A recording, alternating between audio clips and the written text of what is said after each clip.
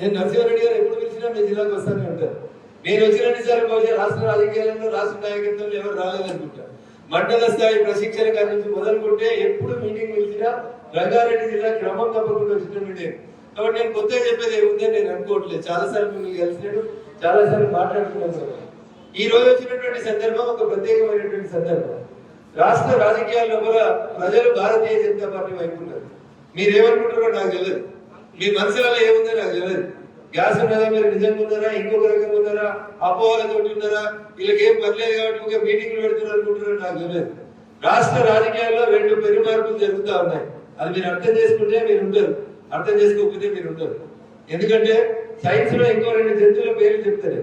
ఒకటి డైనోసారస్, రెండు జిరాఫీ. మీరు మీ పిల్లలందరినీ మందరాలను తీసుకొని జూకు తీసుకుపోయి ఇది డైనోసారస్ అని ఒక జంతువు ఉండే ఎందుకంటే అని చెప్తారు. లేకపోతే ఇంగ్లీష్ సినిమాలలో చూపించి ఇది డైనోసారస్ బిడ్డ అని చెప్తారు. మారిన కాలానికి అనుగుణంగా మారకపోతే డైనోసార్ అనేది చరిత్ర లోపల ఒక బొమ్మగా, ఒక రాతి శిల్పంగా మిగిలిపోయింది. మారిన కాలానికి అనుగుణంగా మారింది కాబట్టి జిరాఫీ అనేది ఇంకా బతికున్నది. జిరాఫీ ఒక సజీవ జంతువుగా మీకు కనబడుతుంటుంది. మీరు డైనోసారస్ అయితేరా, జిరాఫీలు అయితేరా, నేను మీ విజ్ఞతకే వదిలేదు తెలుసుకున్నాను. అంటే ఏంటి అంటే కాలం మారితే మనం మారాలి. ఊరందరూ పూర్వ పాయింట్ తొడిగితే మనం పూర్వ పాయింట్ తొడగాలి. ఊరందరూ జీన్ పాయింట్ తొడిగితే మనం జీన్ పాయింట్ తొడగాలి. ఊరందరూ బెల్బాటం పాయింట్ తొడిగితే నువ్వు పూర్వ పాయింట్ తొడిగినావు అనుకో, ఇది పిచ్చిలేసింది అంటారు జనం అంతా. సో రోమ్ లో ఉంటే రోమన్లా ఉండడం నేర్చుకోవాలి. ఇలా తెలంగాణ సమాజం ఏం కోరుకుంటుంది అంటే ఇంటికి 10 లక్షలు అకౌంట్లు వేసి మరి నాకు ఓటే 20 అని చెప్పి తెలుగులా, హిందీలా, ఇంగ్లీష్లో మెసేజ్ పెడితే కూడా సారు నువ్వు వద్దు, నీ కారు వద్దు, నీ మీద ముఖం పొత్తింది, విరక్తి వచ్చింది అని చెప్పి టీఆర్ఎస్ పార్టీని ప్రజలు ఈసడించుకుంటున్నారు, చీదరించుకుంటున్నారు. టీఆర్ఎస్ మీద ప్రజలకి విరక్తి వచ్చింది. ఇంటికి 10 లక్షలు నువ్వు ఎలక్షన్ అప్పుడు ఆగబాగపోయి 1000, 2000 వచ్చి ఓ నేను మస్తు పైసలు వచ్చినా అని చెప్తావు. టీఆర్ఎస్ పార్టీ గౌరవనీయులు చంద్రశేఖరరావు గారు రాష్ట్ర ముఖ్యమంత్రి హోదాలో ఇంటికి 10 లక్షలు ఇచ్చి బిడ్డ ఓటే బిడ్డ నీ బతుకు బాగు చేస్తా అంటే వారి నువ్వద్దు, నీ 10 లక్షలు వద్దురాబాయ్, నేను ఎవరికి ఓటేయాలో వారికే చేస్తామని చెప్పి బల్ల గురించి ఓటేసినటువంటి నియోజకవర్గం హుజూరాబాద్ నియోజకవర్గం. అంత ముఖ్యంగా ఉడికిందా లేదంటే మొత్తం మిస్తే అవ్వ 2 మెతుకులు చెప్తుంది. 119 నియోజకవర్గాల్లో ఈ రోజు టీఆర్ఎస్ పార్టీ మీద ప్రజలకు ఉన్నటువంటి విరక్తికి ఒక దర్పరంగా హుజూరాబాద్ ఎన్నిక నిలబడుతుంది. మీకు ఇంకా కడుపులో కాసింది. ఏడ రాజేందర్ అని ఉన్నాడు కాబట్టి గెలిచిండు, దుబ్బాకల రఘునందన్ ఉన్నాడంటే గెలిచిండు, ఇబ్రాహీంపట్నంలో ఎవరు ఉన్నారు, మహేశ్వరంలో ఎవరు ఉన్నారు, ఈ పనికిరాని ముచ్చట్లు రోజు చెప్తూనే ఉంటారు. ఫస్ట్ గ్యాస్ తీసేయాలి కడుపులో. రఘునందన్ రావు రెండోడు దుబ్బాక ఎన్నికలలో పోటీ చేసేందుకు పోయినప్పుడు చాలా మంది గెలుతాడంటావా, ఏదో కొట్లాడుతుండే ఇంత టీవీలలో కనబడతాడు కదా, నోరు ఉన్నాడు కదా చూద్దాం అంతే అనుకున్నారు. ఇది మొదటి రోజు అనుకున్నారు. 2 రోజుల తర్వాత అనుకున్నారు ఏమైతే అనుకున్నారు. 4 రోజుల తర్వాత మాకు ఇన్ఛార్జ్ వచ్చిన మంత్రి చెప్పిండు, నేను మహబూబ్ నగర్ పోయి పొట్టేని కొట్టేసిన పార్టీ చెప్తే ఈడ దుబ్బాకన్నా సొంత కొట్టే ఈడ నేను గెలవనా, వాడైతే రఘునందన్ గెలిచేదేది, మొన్న 10 వచ్చినాయి మొదటిసారి, తర్వాత 15 వచ్చినాయి, మొన్న 30 వచ్చినాయి, ఈ దాబ 40 వస్తాయి అనుకున్నాడు. తాబేలు కుందేలు పంచాయతీ గుర్తుపెట్టుకోవాలి మీరు ఎప్పుడు కూడా. వాళ్ళు అనుకున్నారు మేము కుందేళ్ళకి ఎగురుకుంటూ వద్దాం అనుకున్నారు. నేను ఎలక్షన్లు వద్దాయని తెలిసిన తెల్లారే నేను తాబేళ్ళకి నడక మొదలు పెట్టినాను. చరిత్రలో తాబేలే గెలిచింది, కుందేలు ఓడిపోయింది. టీఆర్ఎస్ పార్టీకి అహంకారం వచ్చింది, దురహంకారం వచ్చింది. ఏది పడితే అది మాట్లాడుతున్నారు. మనుషులు వినబడతలేరు వాళ్ళకి. పైసలు, అధికారం, పోలీసులు, పేపర్లు, టీవీలు, నేను సిట్ అంటే సిట్, స్టాండ్ అంటే స్టాండ్ అంటే మమ్మల్ని కాదని ఎవడేం చేస్తాడు అనేటువంటి అహంకారం వచ్చింది టీఆర్ఎస్ పార్టీ నాయకత్వానికి. అందుకనే ప్రజలు కర్రు కాల్చి వాత పెట్టిరు, నువ్వు 10 లక్షలు కాదురా వారి, నువ్వు ఏం చేసినా నీ ఓటు ఏమని చెప్పారు టీఆర్ఎస్ పార్టీ మీద. ఇంత విరక్తితోటి ఇబ్రాహీంపట్నంలో ఉన్నారు, మహేశ్వరంలో ఉన్నారు, షాద్నగర్ లో ఉన్నారు, రంగారెడ్డిలో ఉన్నారు, చేవెలలో కూడా ఉన్నారు. మరి మనం ఏం చేయాలి? దీన్ని మనం ఓట్లలోకి మలుసుకోవాలి. కానీ మన కడుపులలోనే ఎక్కువ గ్యాస్ ఉంటే మనకు కష్టం అవుతుంది, ఇబ్బంది అయితే ఉంటుంది. కాబట్టి దయచేసి అర్థం చేసుకోవాలని చెప్పి మీకు అందరికి చెప్తా ఉంటాం. ఇది పాలకపక్షం పరిస్థితి.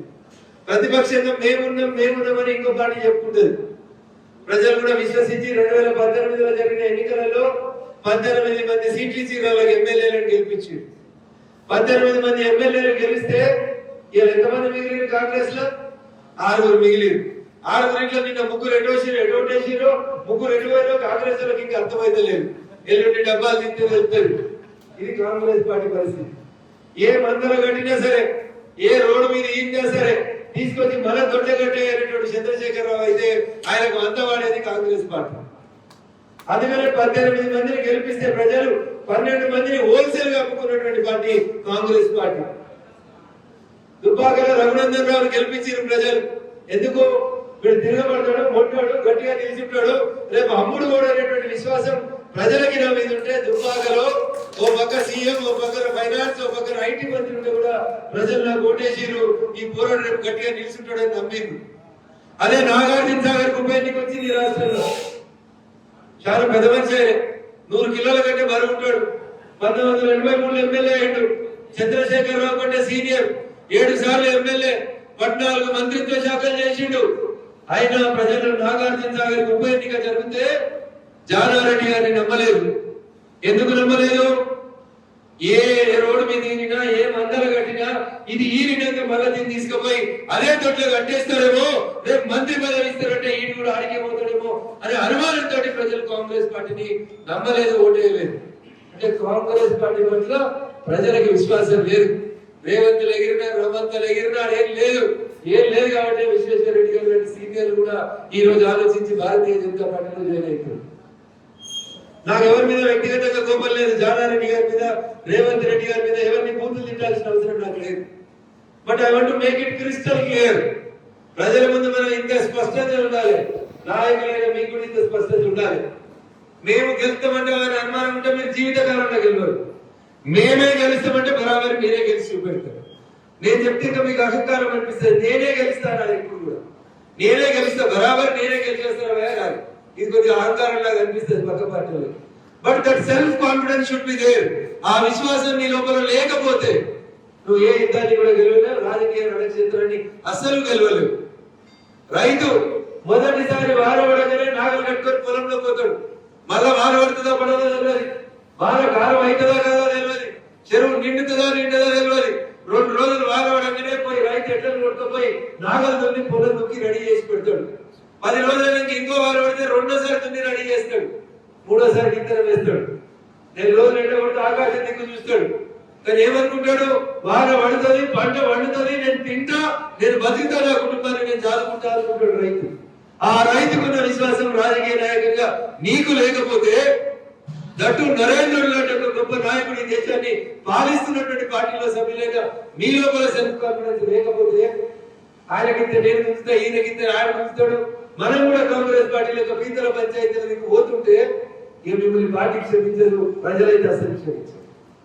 అందుకనే మన నరేంద్ర మోడీ గారి నాయకత్వంలో మనమందరం భాగ్యనగరంలో విజయ సంకల్ప యాత్ర పెడితే మీరు తెచ్చింది 10 మంది అయితే ఆ ఊరికి వెళ్ళి వాలంటీర్గా వచ్చింది 100 మంది అనేది మనం ఒకసారి అర్థం చేసుకోవాలి.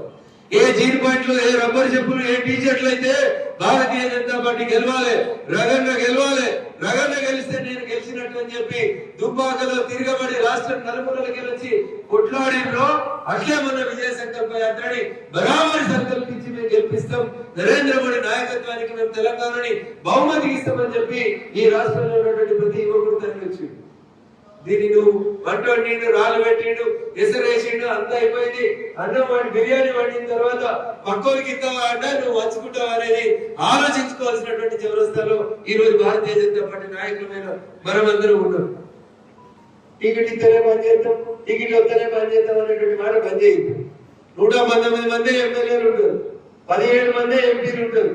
కానీ ఇంకా మీకు రావాల్సినటువంటి బాధ్యతలు కార్పొరేటర్లు, మున్సిపల్ చైర్మన్లు, కౌన్సిలర్లు, ఎంపీపీలు, జెడ్పీటీసీలు, జెడ్పీ చైర్మన్లు, జెడ్పీ వైస్ చైర్మన్లు, డిసిసిబి చైర్మన్లు, డిసిఎంఎస్ చైర్మన్లు ఇట్లా రాస్తే ఇక్కడ కూర్చున్న అందరికి సరిపోయే పదవులు రంగారెడ్డి జిల్లా పార్టీ ఇవ్వగలిగే పదవులు ఉంటాయి. కాబట్టి ఆశ ఉండడంలో తప్పులేదు, ఆశ పడడంలో తప్పులేదు. నేను ఎమ్మెల్యే కావాలి, నేను మంత్రి కావాలి, నేను ముఖ్యమంత్రి కావాలి, ఎంపీ కావాలి, కేంద్రంలో మంత్రి కావాలి, ప్రధానమంత్రి కావాలి, ఇదేది కూడా తప్పని నేను అంటలేదు. మనిషి బతికేదే 2, ఒకటి ఆశ, 2 అవసరం. ఇవాళ నేను ఎమ్మెల్యే అయినా రేపు మంత్రి అయితే అనేది ఆశ. పొద్దుగాల 10 గంటల మీద కూలోడు వచ్చి పొద్దుగడ దాకా పనిచేసి 500 సంపాదించి ఇంటికి తీసుకుపోతే పిల్లలకి అన్నం పెట్టగలుగుతా అనేది అవసరం. ఈ 2 నాకు ఎవరు మీరు ఎవరంటే మీరు ఉండడానికి అర్హులు కాదు, మీరు పోయి చక్కగా హిమాలయాలకు ఆశయం వేసుకుంటే బాగుంటుంది అనేది నా సూచన. హాయ్ ఫ్రెండ్స్, మా టుడే టుమారో యూట్యూబ్ ఛానల్ చూస్తున్నందుకు చాలా థ్యాంక్స్.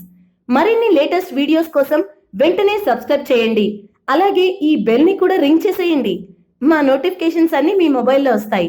అలాగే మా వీడియోస్ మీకు నచ్చితే లైక్ చేయండి, షేర్ చేయండి, నచ్చకపోతే కామెంట్ చేయండి.